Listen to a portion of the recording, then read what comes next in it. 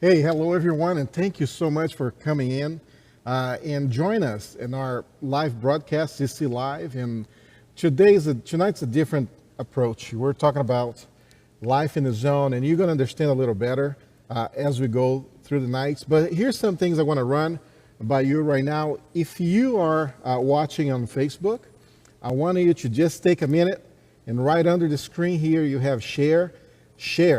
Let everybody know, family and friends, that you're watching live, CC Live right now. Let them know. So share with them. I'm going to wait here a few seconds to make sure you can share with them and come back to the broadcast. This is a time where you can ask questions. We're going to talk about things, parenting. Today is all about parenting. But I'm going to ask you to don't ask those questions yet. Wait for Paul and I engage in a conversation. You're going to hear some great words from Paul today. And as we go through it, I'm going to open up for questions. And you can do this two ways. You can send questions through Facebook. If you're watching on Facebook, you can send your comments there on the comments box. Send your questions. Or if you're watching on live.ourchristchurch.com, you can also ask the questions. I'm here monitoring all the questions. We're trying to get to them, hopefully all of them. So we're going to be here. We're going to spend some time together. And I have here with me Paul Carpenter. How are you doing, Paul? Doing great. Thanks for having me. So glad you got to know him. You're going to love him. He's a great guy. And let's just learn a little bit more about Paul. Just take a look.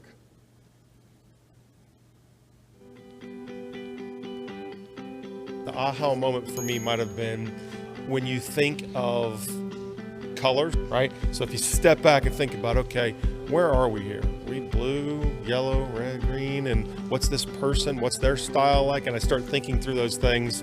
I think you end up with a better outcome, a better product, as opposed to that, I'm going to fire back my style, and it's probably not going to be received very well. Managing in the zone, it's about living in a different mindset and understanding the way to adjust to get the results you're looking for. I believe that the counsel that we received today was good because we all now kind of understand each other. In fact, all four of us were in different zones, different colors. And I think that's a pretty cool combination, but it also can lead to problems. And now that we understand each other and where we're coming from, I think it's going to be very fruitful and helpful as we move forward. And so understanding through the program today where each of us are coming from gives us, I think we'll be able to advance dialogue when we do have maybe some disagreements. We'll be able to get through it a lot quicker. But I want to wake you up to styles and how your own style may be getting in the way. And as we break down the styles, you're going to quickly begin to connect dots and say, oh my gosh, that's why I am doing what I'm doing. And then you're going to connect the styles on people in your life. And you're going to start writing people under colors and going, yep, that's them. Yep, that's them. We use 4 key colors to break down the styles. We use 4 key colors to break down situations. Conveniently enough, there's a great match between the two. Yeah, it's funny because my style being red, like Paul in his training, I'm quick to react, and I've been able to kind of adjust my style with my organization. I'm not perfect, like Paul mentioned, you fall off the wagon sometimes, but it's there, you gotta get back on. So just that, from my relationship with my people outward, has had a huge impact in my group. And these principles offer, the zone and the colors, and offer a great foundation to do that. It is our belief that we can be a much more effective business, we can be much more effective to our customers if we have leadership in the restaurant. And that's what the zone is focused on. It's about developing leadership. And when I talk to my managers, they're like, look, I don't want managers. I'm looking for leaders. We need leaders in here who do the right things, who do what they're supposed to do. So whether it's the house of your business, the house of your home, this is an opportunity for you to gain control back, define where it is you want to go, and use this process to get there. And we call that managing in the zone.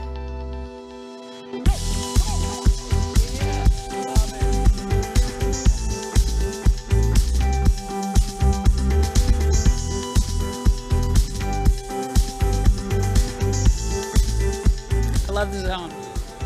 I love it. It's great, and it falls really into play with a lot of the personality styles that I've learned a lot about. I've been studying those and trying to figure out how to deal with people, and so this gives me a tool on how to deal with them. With the red, I said, may I challenge you? With the blue, there's a glitch in the system. With the yellow, the way you confront that style is you assure them the relationship is stable. Yeah, there's a definite recognition of impact when we talk to people at breaks and at the end of how they want to begin to use this in their jobs, and also in kind of managing their superiors as well, and in holding them accountable to the steps and the process. Oh, I think in any business where you have people interacting, we talk about every day, man, my job would be awesome if it weren't for the people. And that includes our wonderful customers, right? When you have people with different personalities and different characteristics and different strengths and different opportunities, there can always be room for disagreement, stress, strain, and understanding what characteristics drive our behaviors and how to respond to that as a leader, I think can make a difference. It applies at home, anywhere where you're interacting with people, it works. Specifically, I would say anybody who's selling services anywhere benefits immensely from Zone, but really all of corporate America can take something from this training. As much as it helps managing a department or personnel within your department, I think it's going to help managers to do it together, understand each other, and how to work collectively to better the company. I think managing in the zone will take me a lot further in my management.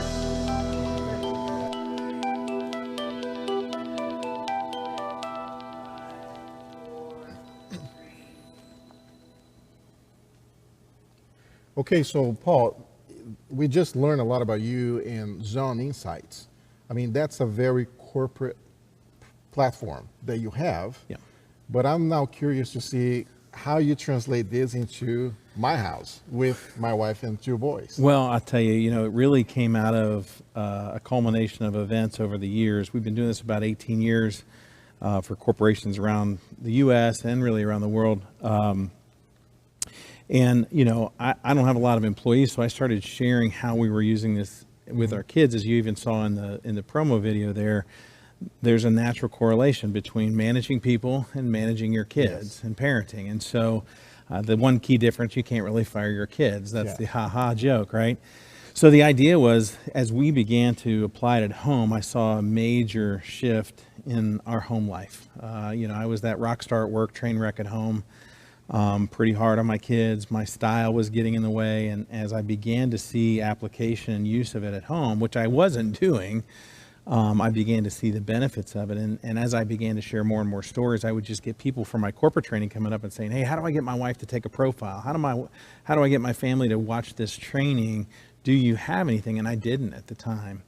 And so finally, the church here that I was training said, hey, what if we were to put a family program on? And at first I was kind of like, I'm not sure I'm the guy, And they said, well, let's do it. And we launched it. We had 350 families show up. So clearly there's a need. Clearly there was a desire to learn about how to build leadership in the home, how to deal with issues and situations at home, and connectivity with your spouse, connectivity with your kids. And so we launched Life in the Zone out of our Zone Insights corporate side. We opened the family side, really, whether it was online or going through churches, and we recorded that video we did here so that it's online and you can actually watch it now. So what you're saying is I can actually I have 2 boys, 8 and 11, and you're telling me that I can actually teach them leadership at that age? Well, yeah. In fact, I have a partner in this business who has an 8-year-old, a 6-year-old, and a 4-year-old, and they're using it with them and have been for about the last 2 years. And it's amazing to me how much leadership I see. And that's not a word that's probably very used or common at home. It's barely used in the workplace, But I will say, one of the big key differentials as we built this was trying to get people to see how they're seeing their kids. So think about your home situation for a minute. If you're always drilling down and correcting and, not that this is happening at your home, but in my own home, yelling and screaming and some of those challenges that we had, when you see your kids as a liability or kind of a a pain in the tail end as to it relates to parenting. All of a sudden, they kind of get this mindset where, hey, if I'm always going to lose, I might as well lose big. And so it actually ends up pushing your kids away from you. But when you shift that mindset to start seeing your kids as a leader, with the understanding that leadership's been defined so that we're on the same page, all of a sudden the kid starts to see themselves as a leader. And they begin to take some ownership of leading in their home. And you get to define that. So, okay, let's go into some like more practical. Yeah. Okay, if you will. So, let's suppose a parent that feels like the parent is losing touch with the kids. Kids growing up, and you start to lose touch a little bit. Yeah. How would you help a parent to reestablish their relationship? Well, we look at 3 key elements in Life in the Zone. We look at your style, we look at the steps to leadership, and then we look at what we call the lead model for communication. Using that lead model is what brings drama to a minimal point where we can have, that adult or mature conversation. The first component is your style. And so when I have parents come to me and say, hey, how do I connect with my kids better? The first thing we look at is, what's your style? We have everybody that comes through our training take a profile. That is one of the most aha moments for most people, because we think we kind of know ourselves, but what we feel is missing is, hey, Joey, you and I are going to be working together. How can you best communicate with me? So what our profile does is takes a little different approach than a standard personality profile. It's broken down to say, here's how I'm wired. Now here's some tips for you to connect with me. So think about that just for a minute. When you have that insight on your son, who's 11 or 12 years old, you begin to see what his style is. There's very, I'll say very easy ways to connect, but it's kind of based on their style. So we've had parents in our class who, their kids were profiled, and we start typically saying you can profile your kids at about teenage years, 12, 13 years old, when they can understand the questions and take the profile on their own versus you standing over their shoulder. So the mindset would be that the quick route is beginning to understand how they're wired so that you can speak a language they understand. So that's the first element. The second element is setting the standard in your home. So, at the Carpenter House, we might say to our kids, hey, listen, we know at teenage years, and really probably before that, kids start to want independence, which kind of takes them away from us, thinking that if they share information with us, that we're just going to shut them down.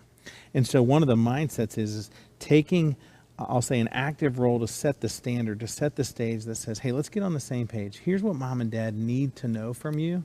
And by knowing this, we can gain a level of comfort to allow you to have the privileges you're asking for. But if you shut down and you close us out, we don't know what's going on in your life. We don't have a choice because we have an obligation to protect you. And so I think that having a little bit of a shift in the mindset that says, first, let me seek to understand how you're wired, certainly help you understand how I'm wired so we can connect first. Now, let me just bring this up, because I think as a parent myself, I would say, this might get my wife by surprise here, what I'm going to say, but there's a lot of emotion involved in that. Yeah. And all the things you described, they sound very technical. How we reconcile what you're saying with the emotional aspect of raising a kid? Well, I think one of the things that you'll find to help with that is we talk a lot about in the personality style section about what energizes you. So if your style is very direct, like you are seen as somebody who's bottom line, cut to the chase, get to the point, you're energized by results. And so if you're getting the results you're looking for, everything is good, all is well. But if you're not, that's where the emotion flares. And that's what seems to happen. So if you've told your son to do something and you have this loving gift and he's not doing it, the emotion for that style typically is anger. Yeah. That's what flares. And so what happens is we try to wake you up to the fact that, okay, what's going on with that emotion is you're not getting what energizes you. And in this case, it's results. And therefore, we have to have you step back. So we always say, hey, the trigger is the emotion. The trigger is the emotion that says, if you can begin to recognize that your anger is flaring, the first question to ask, or your spouse is your partner. If you have a spouse at home, this is great. Your partner recognizes that emotion and wakes you up to, hey, it's not that we want you to be angry or solve the anger. What we want to do is find out what's not happening in your world that needs to be.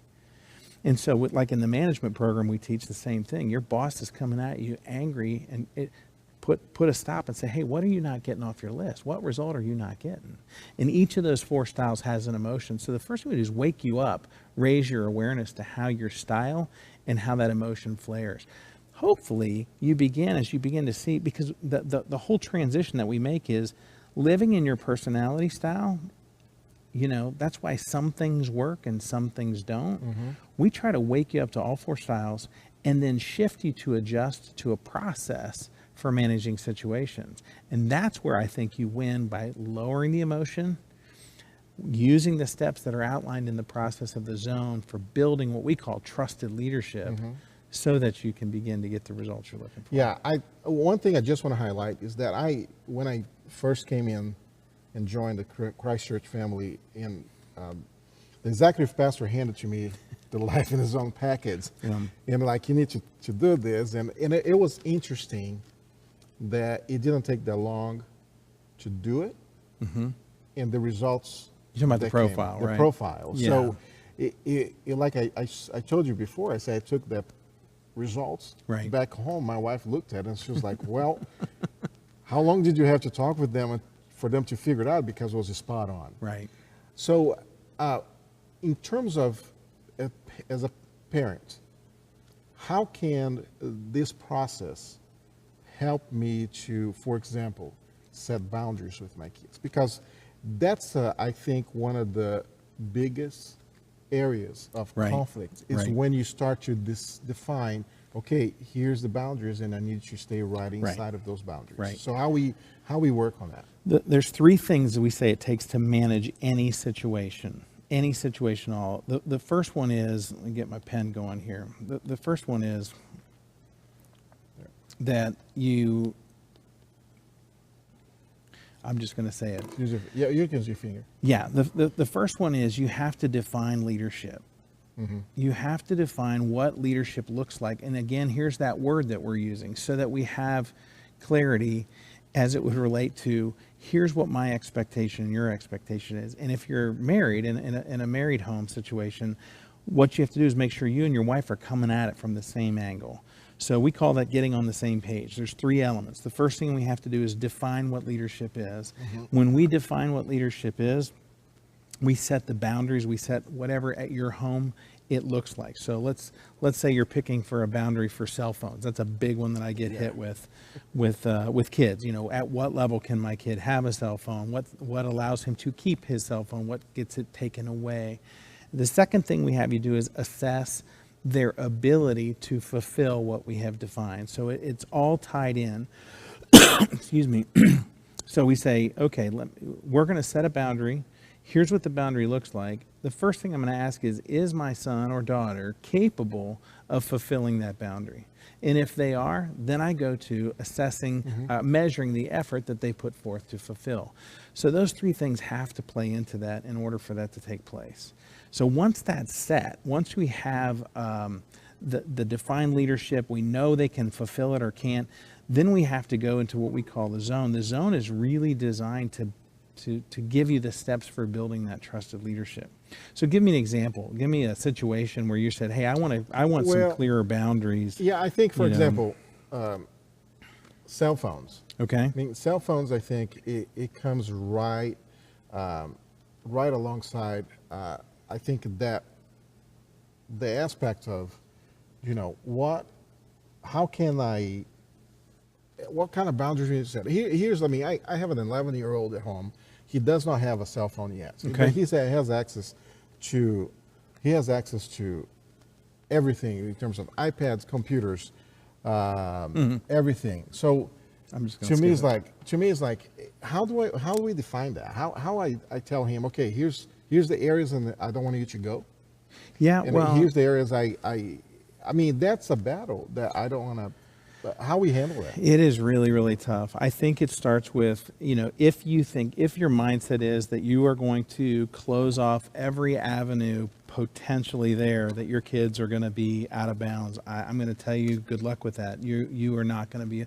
There is an end around to every situation. I had one of my teenagers who is, now in college share with me. He said, "Dad, let me tell you what you don't know." And I think it's a great idea to go get older kids who have come through this technology age to educate you on what you don't know. He shared with me the fact that there is an app that looks like a calculator. If you punch in the right code, it opens up a portal that has no traceable background. And so all of a sudden, I have a whole new list of things I have to chase and try to figure out.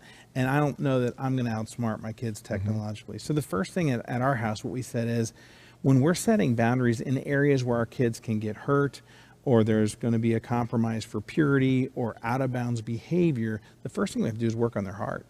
We have to kind of get them to see the value of protecting themselves and help them see that, yes, I know a lot of kids and a lot of people are doing these things, but here's why this is not healthy for you. That's the first step. The second step is then determining at what level of freedom do you want the kids to have on their phones.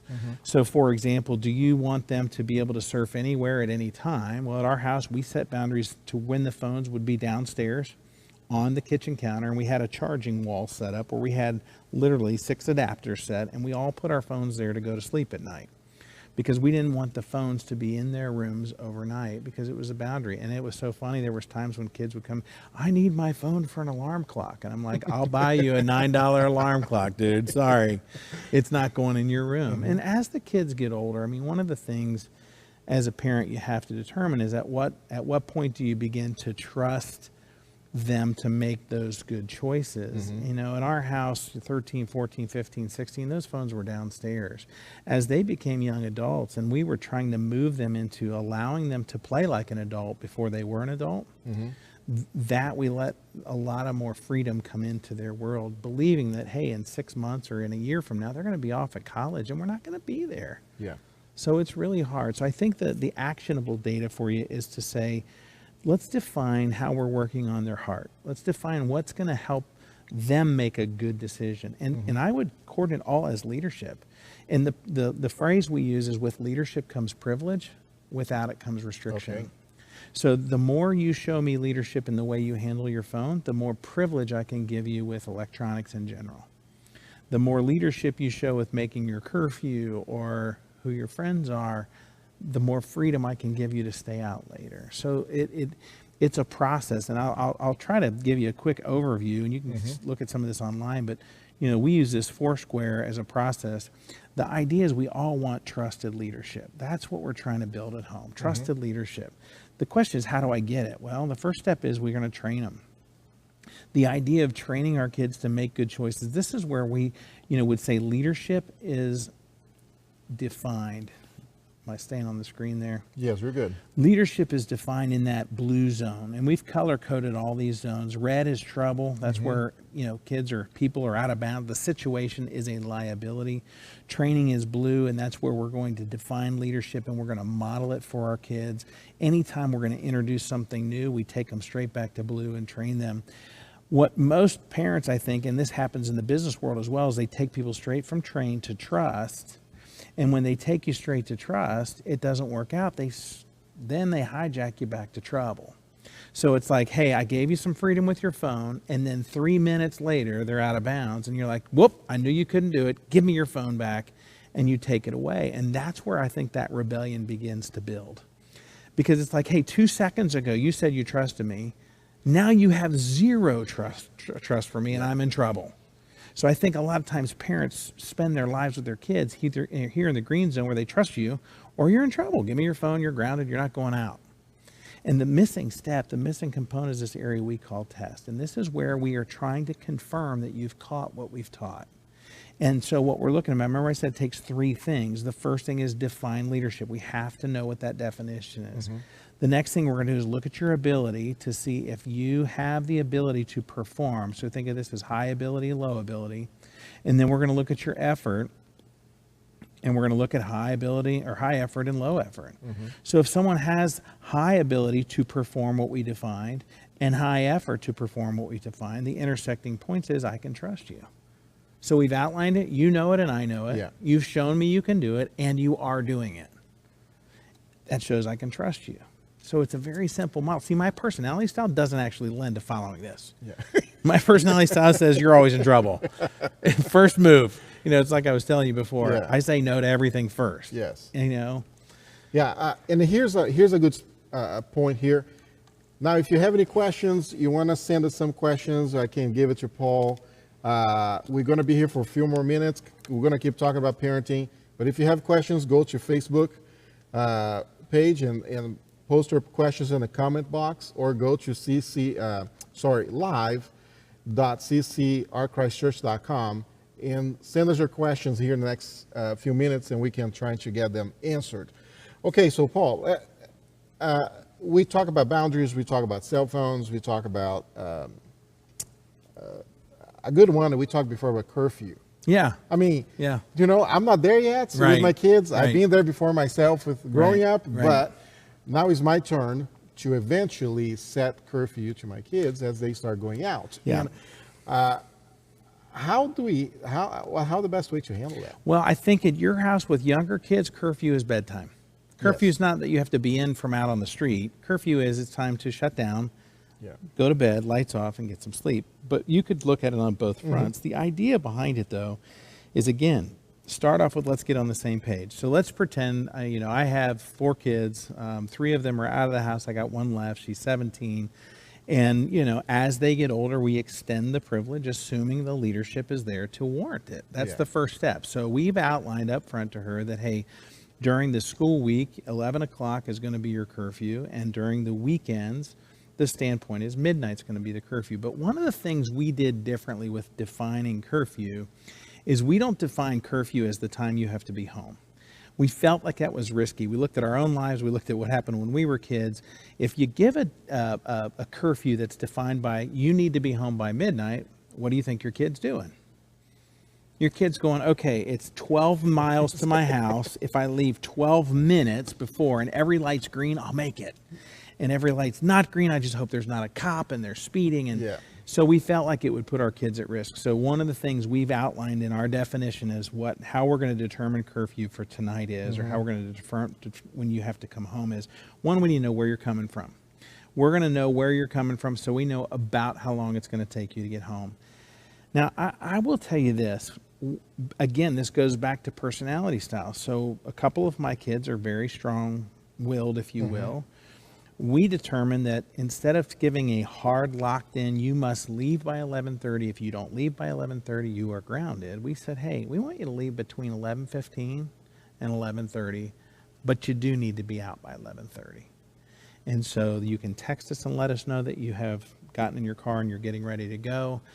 We actually use an app called Life 360, which gives them a lot of freedom because we can just see that they've left, so I don't have to kind of question them or keep up with them on that. It's a protective measure. But the idea with curfew, again, if our kids know what it is and how the process works, and they demonstrate trust ongoing, guess what? I'm more open to allowing that to be extended. So looking at here, yeah, you trained the kid on the concept of curfew, how it was going to work. and then you test them. Yeah, so we said, hey, the first couple times you go out, and there's a lot of grace here. I'm just going to say it. They might be getting one over on you. One of the things I've had to learn, and it's really, really hard for my personality style, is the kids are going to get one over on you. Don't try to catch everyone. You're just not. Pick and choose your battles. So we said, okay, hey, for the next couple weeks, we're going to kind of test this. There's been times when one of our kids showed a lot more leadership a lot quicker, so we trusted them. So here's how the process works. It's a fluid motion that goes like this. So if you can follow this. So I'm going to train you accordingly. Then I'm going to test you. If you pass the test, I'll move you over to trust, which means I'm going to set you free to go do what we agreed upon, but I'm going to keep my eyes on you. If you fail the test, what do you think we go? Straight back to train. So it's very logical. But see, when they see this and we can demonstrate that, hey, if your ability is high and you're doing it and your effort is high and you're doing it, we can trust you all day long. And I will tell you, the other thing we outlined for our kids is, and this goes back to your first question, how do we get our kids talking to us? We told them, hey, the more you share about who you're with, where you're at, what's going to be happening there, the more comfort we will have in allowing you to be there. Like I had one of my kids come to me and say, hey, can I stay up till 2 a.m.? He was 17 at the time. 2 a.m. is not good. Nothing's good after midnight, right? Yeah. And so I said to him, I said, well, hey, what do we know? Because that's a phrase we kind of implemented. What do we know? And I'm looking for facts, not opinions. What do we know? He said, well, it's going to be at so-and-so's house. The girls are gone by midnight. The parents will be there. Here's their cell phone numbers. There will be no alcohol there. I mean, there's all these upfront, I'll call it agreements that we had in place. It got real easy for me to say, yeah, you can go. In fact, I don't really want you driving it too. Just stay the night. Sometimes I call and check with those parents and see if it's real. Sometimes I don't. So, and I mean, somebody may have a question that the concern here is you're talking about compromise. Like compromise is like finding that way to compromise with the kid. The kid kind of behave, so you get a reward. Don't you think that there's a potential there for, I don't want to say abuse, maybe abuse from the kid, like I found a new strategy. Yeah. So And how you handle that? Well, here's what I found with my own kids, and we had 4 to practice on. We're on the last one. They've all had their own set of challenges and their own blessings that they've brought to the table. Here's kind of what I think I've learned, and it, you know, parenting is not for cowards. We know that. If you're a parent, you know that, and it gets harder and scarier and all that stuff. But what we learned is, without compromise, what happens is you actually, and this is true of us, because I think for the first couple there was no compromise. I felt like what they came back to us after they kind of got out of that window of having to rebel and explore and try or whatever, is we taught them to be better creative liars. We taught them how to be sneakier, because if they know there is no budging room, then they have to build a bigger story or a bigger way around it to get free from it, because they're gonna get free. At least that's what we have found. Yeah. And so one of the things I would just, challenge you as a parent to consider is if you are holding them in tight, and I struggle with this, my style is control. I love to control everybody in my world, my people that work with me, my people that are at home with me. You end up losing. You end up losing more often. So when you can give, my wife has a great saying, and I give her tons of just credit for this: say yes as often as possible. Say yes as often as possible. And I'm the no man. I was known as the fun sucker at my house, sucking the fun out of everything. Because when they come to you and ask, hey, can I go to this concert? I would just say no, for fear that there was something bad that could happen. Well, there's something bad that can happen anywhere. So what do you have to do? Look at the facts, see what level of leadership they've shown, and determine, can you extend that to them? That way, if you're saying yes often, all of a sudden, when you do have to say no, you've kind of reserved the right.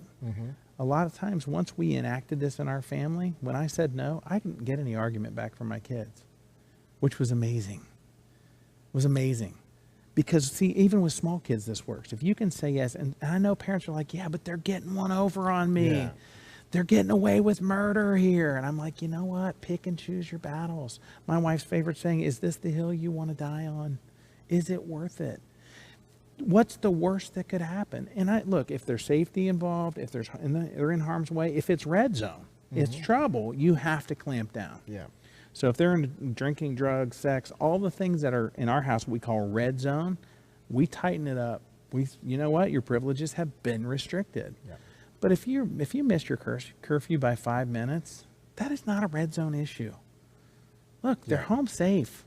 They were with good kids, making good choices. Don't let that 5-minute thing become this huge penalty, because you'll lose all the good that you built because you focused on that little minute detail. And in my house, I looked at it as disrespect. You know what? Nah, stuff happens. I'm late home for work all the time. Yeah. Does that make sense? Yeah, I think it's a good point. I would like to remind people at home and watching right now that this all begins with the profile or the process. Is that correct? Yeah, so what we recommend is, first thing to do is kind of raise your awareness on your style, because what we recognize here quickly, I'll give you, see, there's 4 personality styles. Just draw these, talking heads here, and each one of the styles kind of gifted in one area. So the red personality tends to do really well at dealing with trouble. The gap there is they see everything as trouble. Yeah.